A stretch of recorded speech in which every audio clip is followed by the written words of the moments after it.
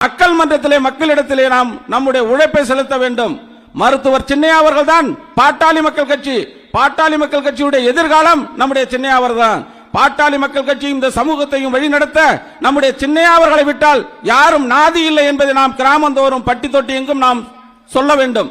ஏனென்றால் நம்முடைய அண்ணன் மாவீரன் அவர்களை பற்றி ஒரு சில கருத்துக்களை இங்கே சொல்ல வேண்டிய கட்டாயம். ஏன்னா நிறைய பேர் மாவீரனை பார்த்திருக்க மாட்டாங்க, பேசியிருக்க மாட்டாங்க.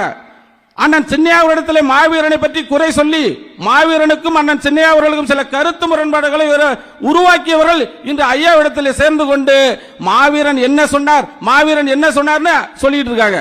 மாவீரன் அவர்கள் என்ன சொன்னார்கள்?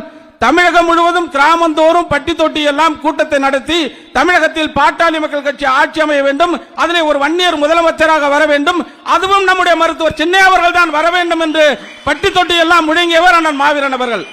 ஆனா யாருமே பார்த்ததில்லை, எதுவும் சொன்னதில்லை. அவர்கள் என்ன சொன்னாரு எதுவுமே தெரியாது.